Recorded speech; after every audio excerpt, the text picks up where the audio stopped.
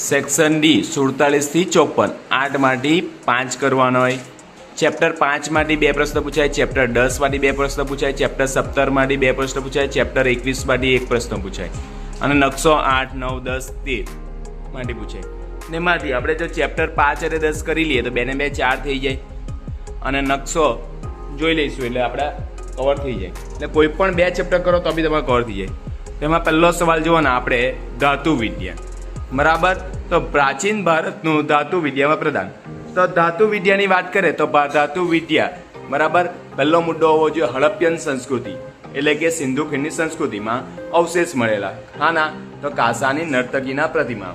પછી બીજો શ્રેષ્ઠ નમૂના મળેલા ક્યારે તો ગુપ્ત રાજાઓના સમયથી, સારનાથમાંથી પ્રાપ્ત થયેલી બુદ્ધની ધાતુની પ્રતિમા, તેમજ નાલંદા સુલતાનગંજમાંથી બુદ્ધની તાંબાની પ્રતિમા મળી આવેલી, તેમજ મથુરામાંથી જૈન પ્રતિમા મળી આવેલી, બરાબર।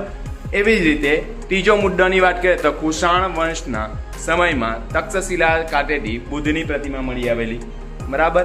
અને ચોથો મુદ્દાની વાત કરીએ તો શું લખવાનું, 10મી અને 11મી સદીથી ભારતમાં ધાતુના શિલ્પો બનાવવાની કળા પૂરજોશમાં ચાલતી હતી।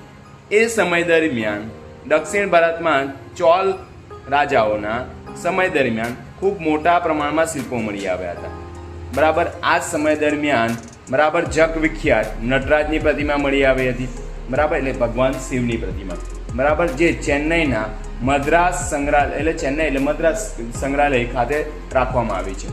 એવી રીતે અગાડી નાના નાના મુદ્દા પાડીને લખવાનું કે, બરાબર, ચેન્નઈના મદ્રાસ સંગ્રહાલય ખાતે બીજી એક ધાતુ, બરાબર, ની મૂર્તિ છે ધનુષધારી રામની પ્રતિમા, બરાબર, એ બી ખૂબ મહત્વની છે।